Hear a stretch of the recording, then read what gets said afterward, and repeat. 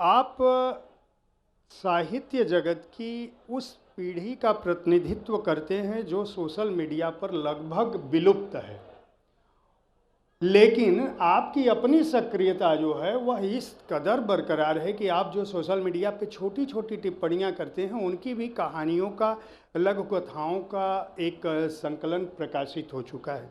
इसके अलावा जो फिल्म आई थी गांधी एट गुडसे, यह भी अपने समय की बहुत चर्चित फिल्म रही है। हमारा जो समय है, आपकी पीढ़ी के साहित्यकार उस समय को समझने और बरतने में कहाँ गलतियां कर रहे हैं, जिसको असगर वजाहत बहुत ढंग से समझते हैं।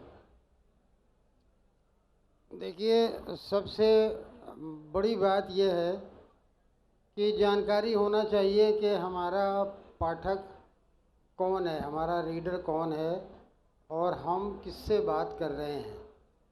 अगर हमारे रीडर के पास समय कम है, टाइम कम है, तो हम अपनी बात को कम शब्दों में उसके सामने रखें। कहानी को ऐसा स्वरूप दें जो सुनाई जा सके, साहित्य को ऐसा स्वरूप दें जो लोगों को रुचिकर लगे। लेकिन अगर हम वही पुराना 200 साल 100 साल पुराने वाला अपना एटीट्यूड रखेंगे तो निश्चित रूप से फिर हम अपने पाठकों को खो देंगे, हमारे पाठक हमसे दूर हो जाएंगे।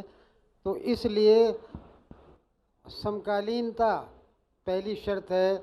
हमारा आपके साथ संवाद होना बहुत ज़रूरी है। हम ऐसी कहानी लिखें जो कहानी आप सुने तो आपको रोचक भी लगे, आपको प्रभावशाली लगे, आपकी उससे शिक्षा हो।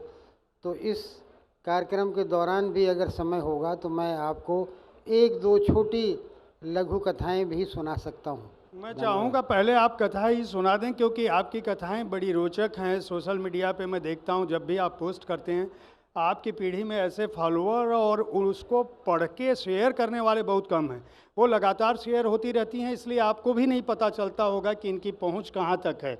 और प्रभाव की जहाँ तक मैं बात करूँ, इतने कम शब्दों में हम सभी को ये सीखना चाहिए कि अगर हम किसी बात को कहना चाहते हैं तो 8-10 लाइनों में भी कितने अच्छे से कह सकते हैं, कोई चीज़ बची नहीं रह सकती।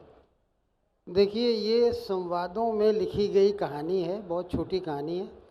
इसमें दो पात्र आपस में बात कर रहे हैं और बात करने वालों में एक पिता है और एक पुत्र है, एक बाप है और एक बेटा है। बेटे का नाम है रानू। रानू अपने पिता से कुछ सवाल पूछता है।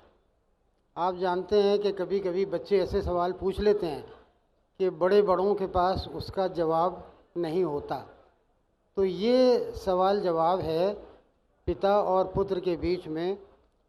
तो सवाल करने वाला है रानू और उसके पापा उत्तर दे रहे हैं। रानू कहता है कि पापा, ये लोग जो रिक्शा चलाते हैं ये इतने गरीब क्यों होते हैं, इनका जीवन इतना कठिन क्यों होता है।